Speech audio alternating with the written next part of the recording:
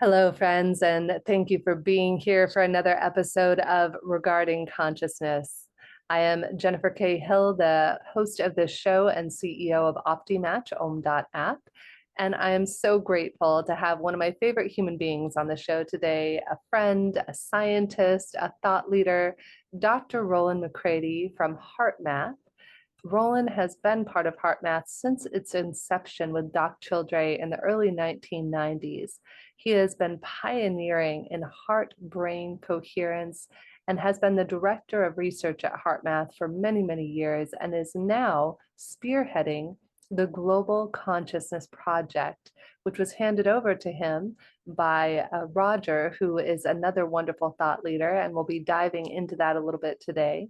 So if you've never heard about heart-brain coherence or wanted to learn more about consciousness and how it can actually be measured from a scientific standpoint, today's episode is for you. Rollin, it's such a pleasure to have you here, my friend. Jennifer, it's always a pleasure to hang out with you. Yeah, we were getting coherent right before the show. Rollin and I both are privileged to get to be part of something called the Global Coherence Pulse. And that's how we've gotten to know each other over the last few years. And we always drop into a state of coherence. We get into some heart-focused breathing.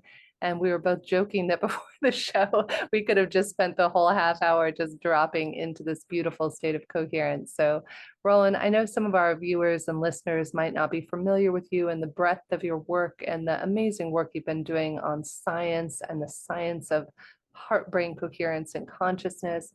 Maybe share with us a little bit about your history and how this became part of your life and your life's work. Oh my God. I'm not sure how far back to go on that.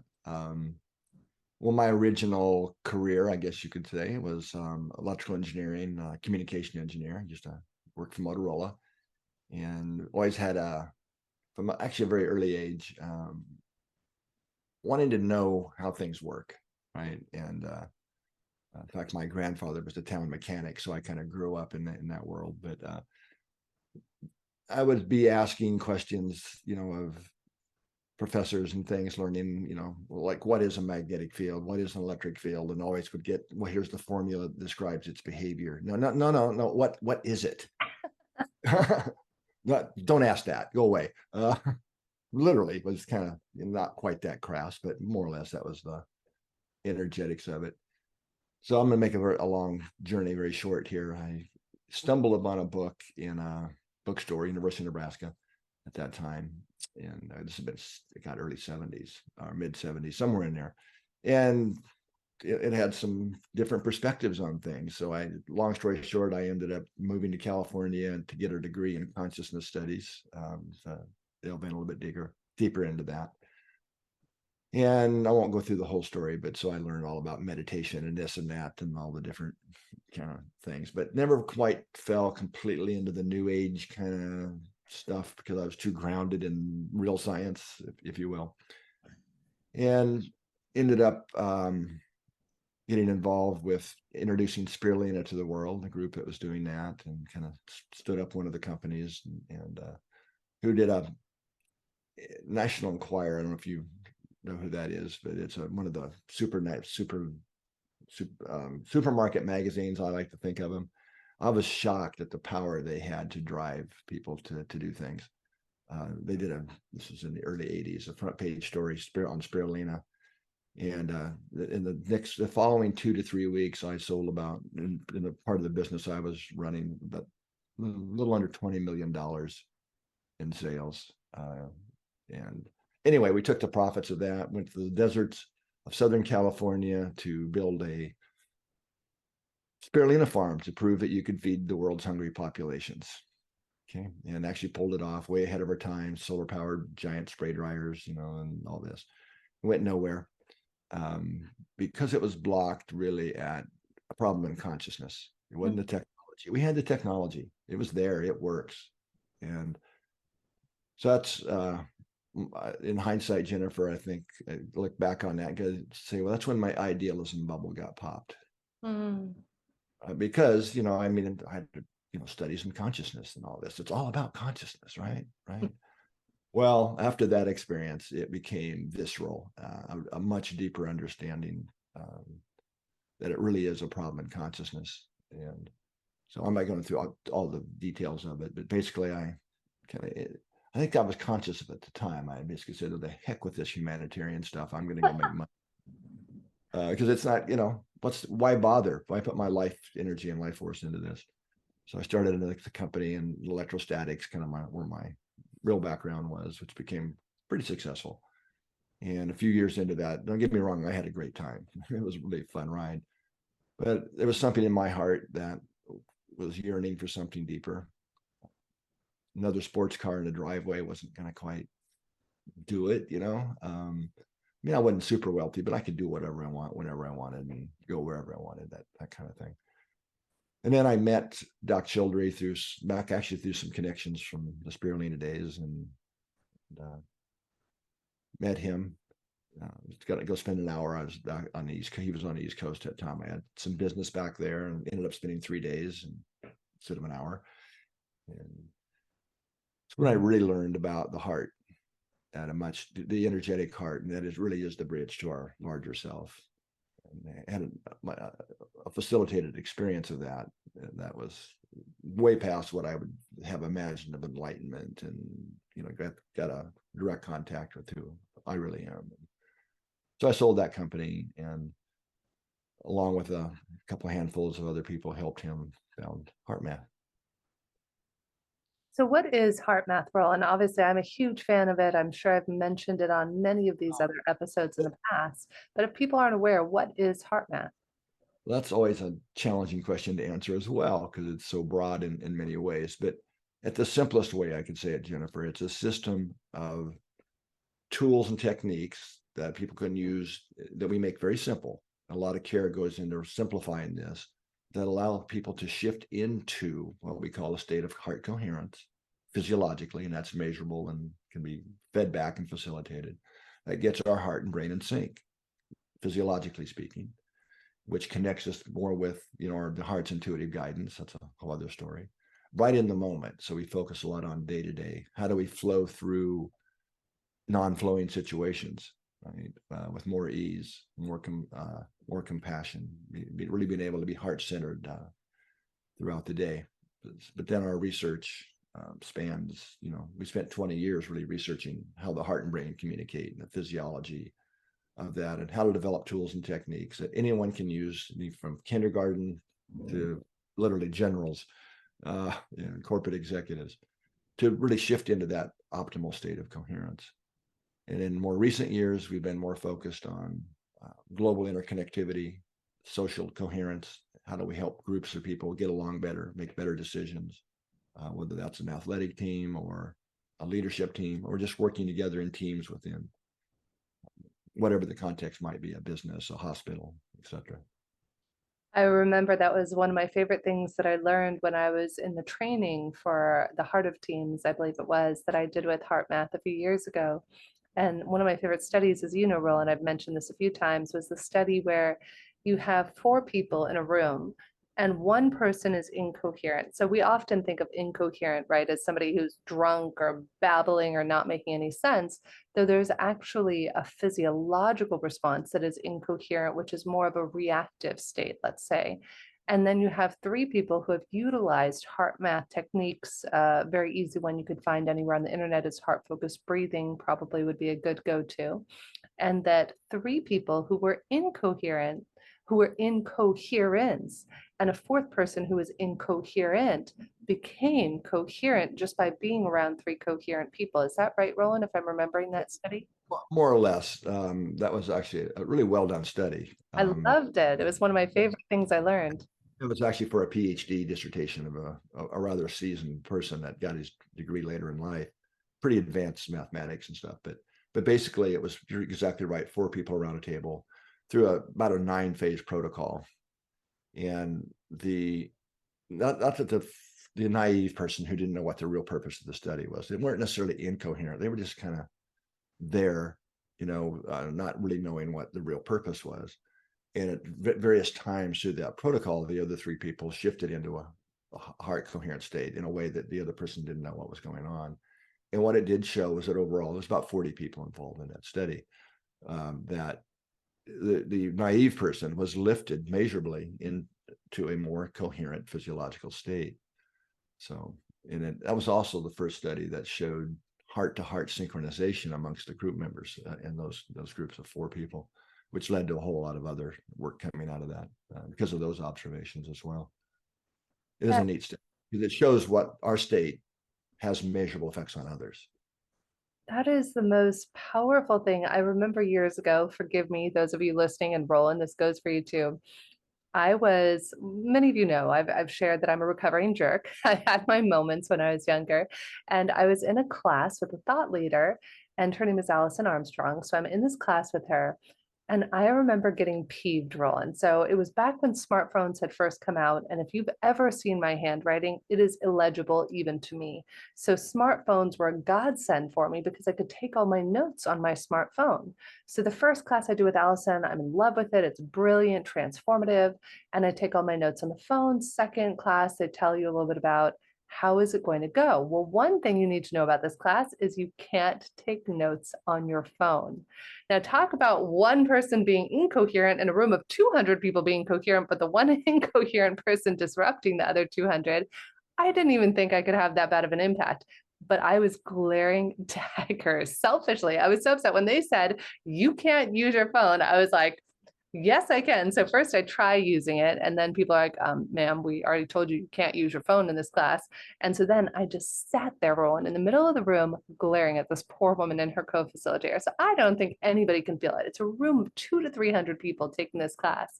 And I get a note after lunch. And it's like, they stick a little note in your name tag. And so I see the note, it says, see Allison, at the end of the lunch break. And I go and I'm like, hi, Allison, how can I help you? And she said, if you don't stop sending negative energy and evil eye to myself and my co-facilitator, you will be thrust out of this class. But I had no idea. It's just like one incoherent person can impact an entire organization, an entire class, a family. I mean, what are your thoughts on that, Roland? Well, you've already said it. I mean, we all know this. We have words in our language. The tension was so thick in that room, you could have cut it with a knife. These are common sayings because we intuitively know this. All we've done is add science to it. I hear from so many people, Jennifer, that more the lay public who reads an article or learns about some of our work. Thank you for confirming scientifically what I already knew or believed to be true. It gives me more confidence to really be, myself and what I know. I mean, the quick science of that is when we put electrodes on the body, like to measure the electrocardiogram, right? Heartbeat. It's called the electrocardiogram for a reason, right? We're measuring electricity. Literally, you're measuring current flow when you put electrodes on, whether it's the head, across the chest. Of course, much bigger signal on the heart and the brain, but whenever you have a flow of electrical current, you create a magnetic field.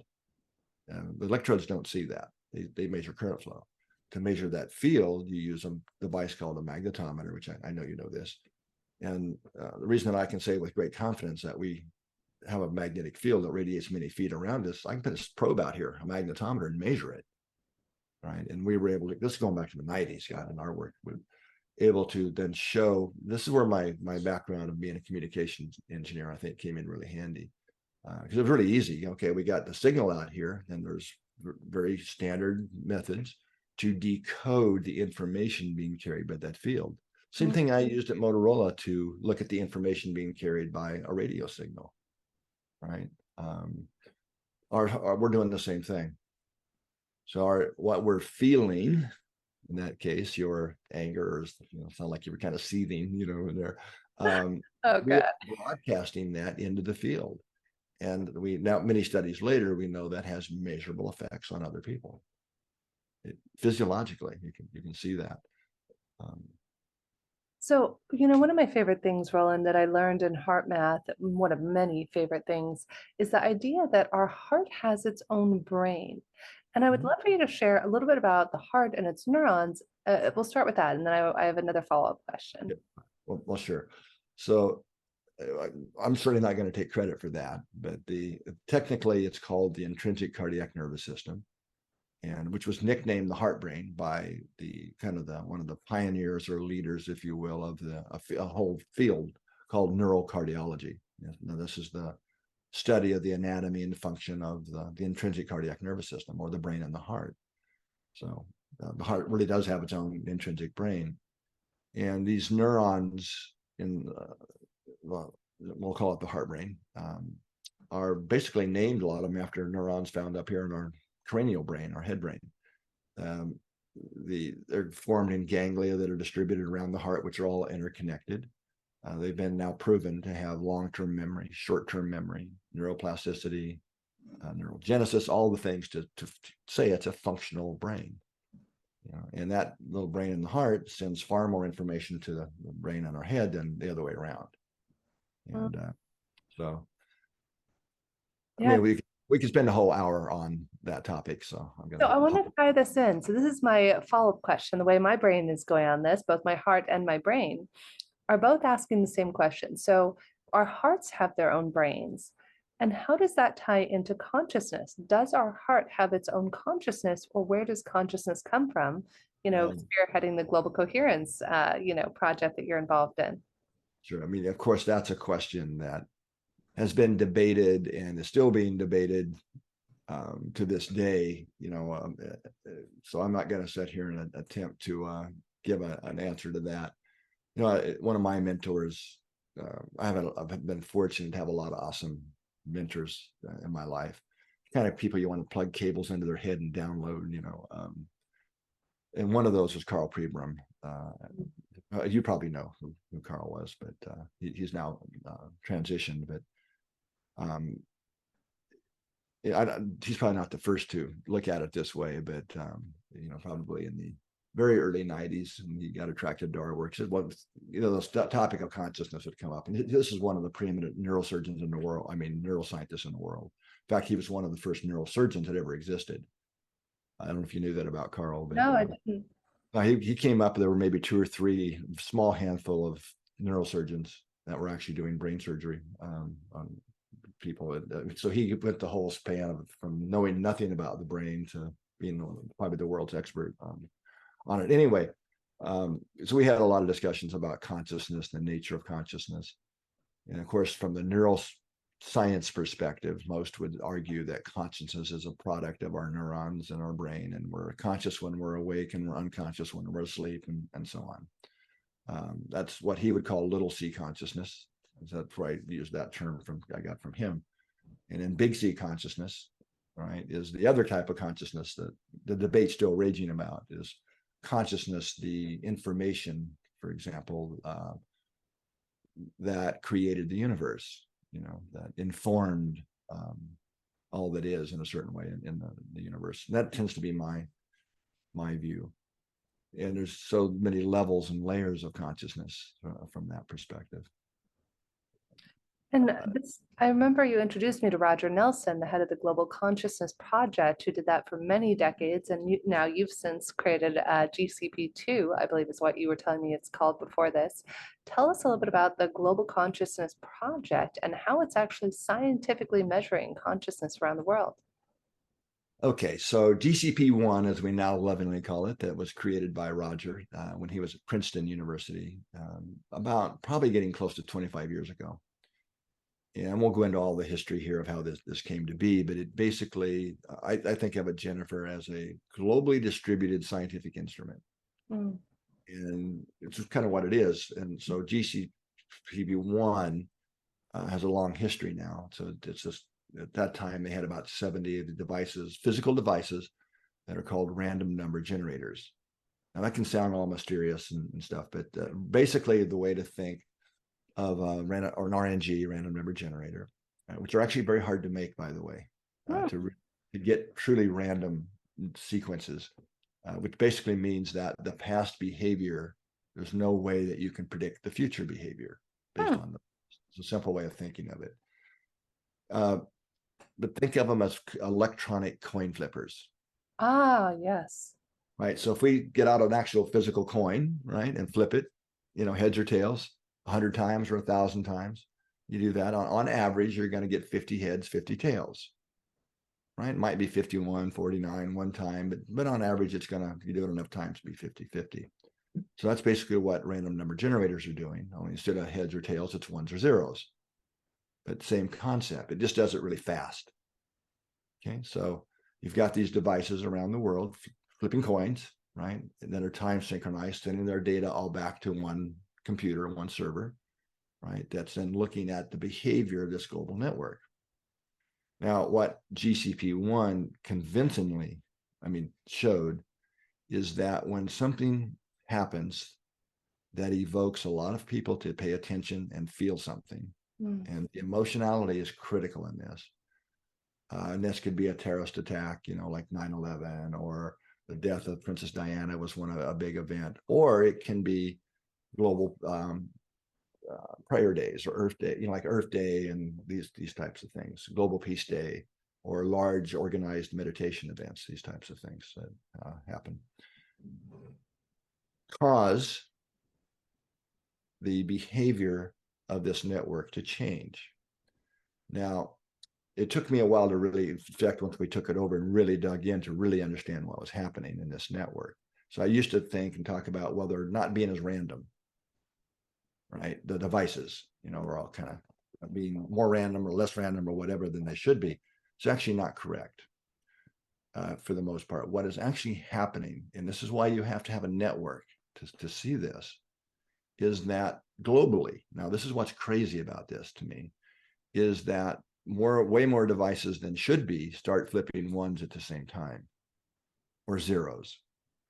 So it's a correlated, so something is interacting with the devices in a way that creates a coherence, a correlation in their activity. Wow. Right. And so Roger was able to show, the statistics on GCP1, I think are it's people, I won't talk about p-values, but it's basically 4 trillion to 1 odds against chance that this is a real effect. Right. So somehow something about our emotions, I'll say consciousness, or the quality, the content of our consciousness, is somehow radiating out. And when there's enough people feeling something at the same time, it is interacting at global scale to interact with and change the behavior of these devices. Okay, now, I mentioned it's hard to make random numbers, right? The way that it's done in these devices is a process called quantum tunneling. And what that means, this is a very well-known phenomenon, but basically you try and force an electron through a barrier it doesn't want to go through, right? So you put enough energy behind it, and a small percentage of those electrons tunnel through the thing they shouldn't be going through somehow. And then you measure that on the output. And that's a completely random, non-predictable process. And that's what we use as the basis to then make get these really random number generators.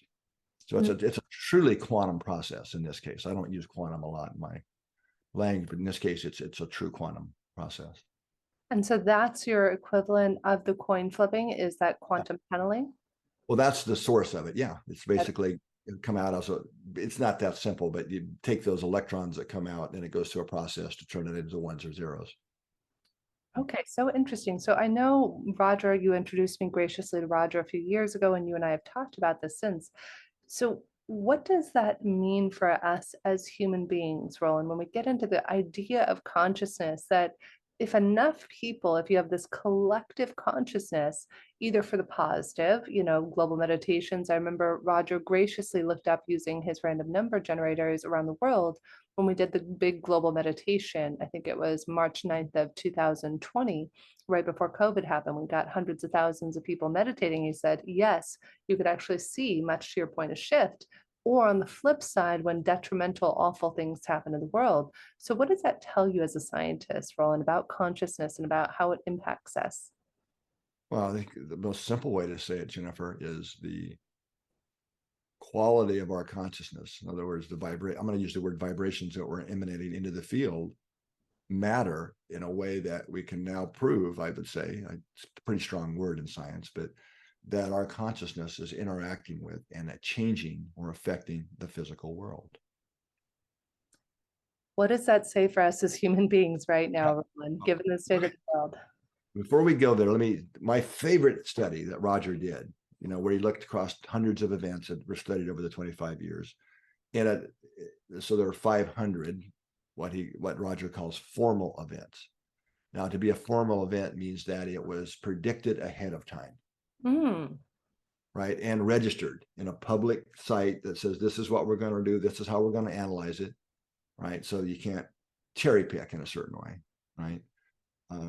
So it might be Global Peace Day, right? Say, upcoming Global Peace Day, we're going to analyze this at this time in this way, and so on. So 500 of those events were in Roger's formal analysis for those statistics I was talking about. Now, back to what my favorite study he did was looking at those events. He rated them for their level of love and compassion. Right. So obviously, globally focused meditation events, global peace days, things like this, high love and compassion being fed into the field. I'll call it the consciousness field of the earth. Then he had medium. So these are events that evoke a lot of emotion, because we know that's a critical factor. Trying to mentally do it doesn't work, right? It's emotion, very clear. So this would be things like Super Bowls or World Cups, a lot of emotion, right? But not necessarily a lot of love and compassion being radiated. And then in the low category was things like the after effect of people's, terrorist attacks and so on, big earthquakes and so on. 9/11 would be in that category, of course, which was the biggest single effect ever shown on the network. And what do you think happened in that analysis? Those events that evoke love and compassion have a significantly greater impact on moving the needle, if you will, on this global, in affecting the global consciousness field. It's what I tend to think of it anyway. That's amazing, Rollin. So what we're saying is if we could all just show each other a little bit more love and compassion, particularly all at the same time, which is exactly what you're doing, with the Global Consciousness Project, with the Global Coherence app that you have, and the Global Coherence Pulse that we collaborate on. That's really what we're doing every time we do one of these events, or your full moon events, or the different things that you're doing with HeartMath. Halting the field with love and compassion, right? And it is so true. It's like, as somebody who was a recovering jerk, and people may not believe it nowadays, but I do still have to go back and say, go ask anybody who knew me during that period. Because I was talking to a girlfriend about this over lunch today.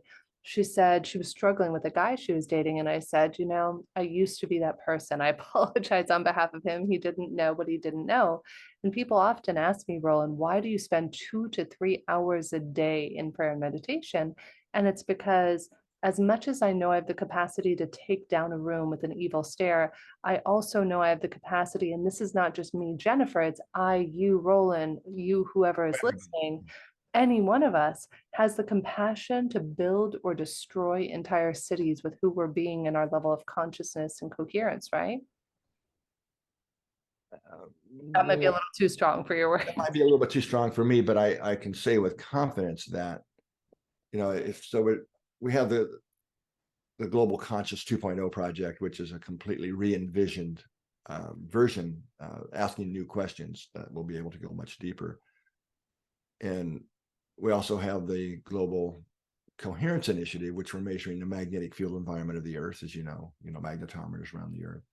And a tree project, our Global Tree Project, measuring the electrical activity of trees. So we're able to study how we're interconnected with the energetic fields of the Earth and each other in I think, a new way. This is really setting the ground for a completely new set of tools to ask the question of how we're interconnected. So I wanted to give that preface I'm me, I often say our goal is to help people become more responsible for what we're feeding the field. Because both the field we can measure, and I can put a probe out here and measure what that matters, right? But it also matters globally. So the point is, we're always feeding the field. It's not just when we come together to do, say, a full moon, care focus meditation, or a global coherence pulse, or join in many other events, or go to church and pray on Sundays, or whatever that might be. We're connected to the field and 24/7. So it's really, you've really said it well. It's, I mean, my encouragement would be pause throughout the day as often as you can remember to, and just simply ask yourself, what am I feeding the field? Mm. Am I feeding it frequencies of frustration and anxiety and overwhelm and or whatever, or am I feeding the field kindness and compassion and appreciation and so on? Because it does matter. Yeah, so smart. Each one of us, we could put a little meme on our phone, a little note on our computer. What are we feeding the field? In this moment, as you're listening, watching us, what are we feeding the field? Well, Roland, I know you're doing amazing work around the world, not only with HeartMath, but with the Global Coherence Project. I know we were talking offline about how one of the ways that people can help support what you're doing on the Global Consciousness Project, I believe it's GCP2. So G as in Gary, C as in cat, P as in Paul, the number 2.net. Is that the right website for people to go to if they want to know more? Exactly the website.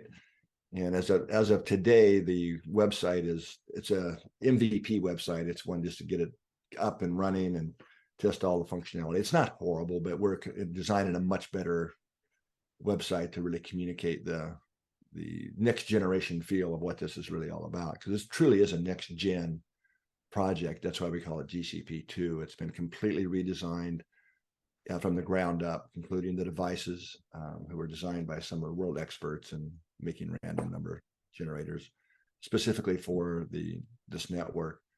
And it's a citizen scientist-based project. In fact, I invited you earlier. We need a dot on the global map there in Lisbon. Hopefully one will show up shortly. But in other words, citizen scientists, get involved, host a device.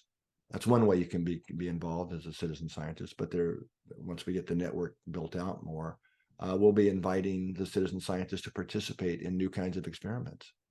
Yeah, and I took some notes here. I just want to highlight this. If you're in any of these cities, definitely explore. There are many other opportunities as well.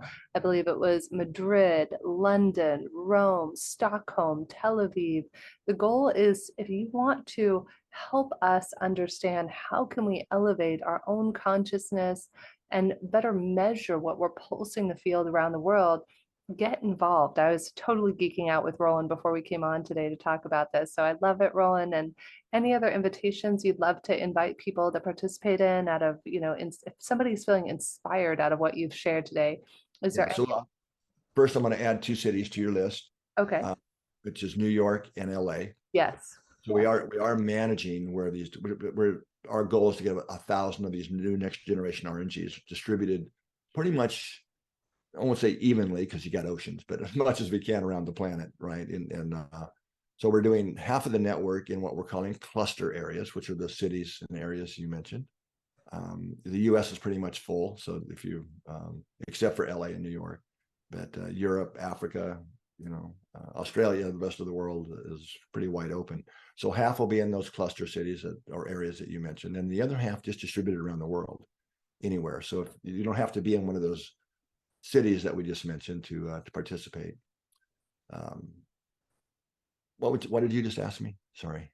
Oh, I was just going to say, if there's any other way that if people want to learn more about HeartMath, about heart-focused breathing, of course, we do the Global Coherence Pulse, which is an effort to pulse the planet with this love and compassion the third Saturday of every month at noon. But aside from the Global Coherence Pulse, where else would you like people to go to learn more about what you're doing? Our website's a great place, heartmath.org. Okay. And if you're interested in the Global Consciousness Project 2.0 being involved, it's you already said it, it's gcp2.net, where you can go and learn more about it, apply to be a host of one of the devices. Beautiful. Well, thank you, Roland. As always, it is such a pleasure and an honor. You and I could, as we said earlier, we could talk for hours about science, the heart, consciousness. So we just barely scratched the surface of the iceberg of consciousness today with Dr. Rollin McCraty from HeartMath and the Global Consciousness Project, the Global Coherence Pulse, and many other incredible endeavors. Thank you, my friend, for all of your consciousness, all of your heart, and the great good that you are doing in the world to help us all become more resilient, more whole, more conscious human beings. It is a pleasure to know you. Thank you. Likewise, Jennifer. Much love, my friend. And thank you to each of you for listening. May each one of us go out into this day, this week, this month, and this year with a bit more heart, a bit more consciousness, and a bit more compassion. Thank you.